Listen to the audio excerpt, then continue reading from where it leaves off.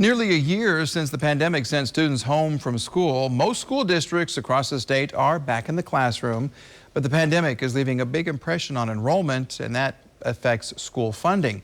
2 Works View's Katie Kelleher shares how the pandemic is impacting funding for our public education.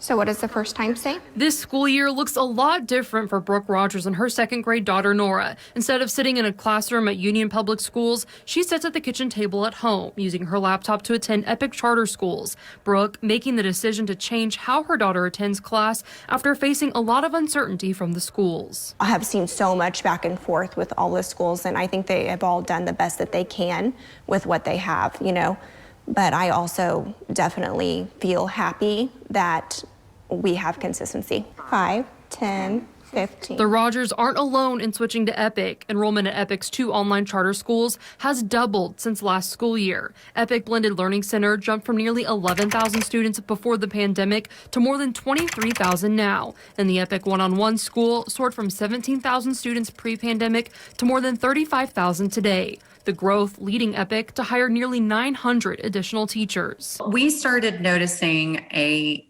just a skyrocket in enrollment. I would say it started occurring late June, early July. Quotation. As enrollment at charter schools climbs, traditional public schools are seeing enrollment fall, down just over 5% in Union Public Schools, a little over 4% in Broken Arrow, and more than 7% in Tulsa Public Schools. That's nearly 3,000 students. We believe that there's a huge impact due to the pandemic because there's under-enrollment, entering grades as opposed to people leaving. Educators say much of the drop in enrollment comes from pre-K and kindergarten students waiting an extra year before attending school. That's very unusual. Enrollment changes impacts funding. When this year's mid-year adjustment came out, traditional public schools lost millions. Union lost nearly $3 million, Broken Arrow about $5 million, and Tulsa Public Schools saw a nearly $9 million funding cut. Although we were expecting it still didn't make it normal. Meanwhile, Epic's additional students brought with them a significant funding increase. The Blended Learning Charter saw an increase of nearly $63 million, and Epic One-on-One gained almost $93 million. That adds up to close to $156 million in additional funding.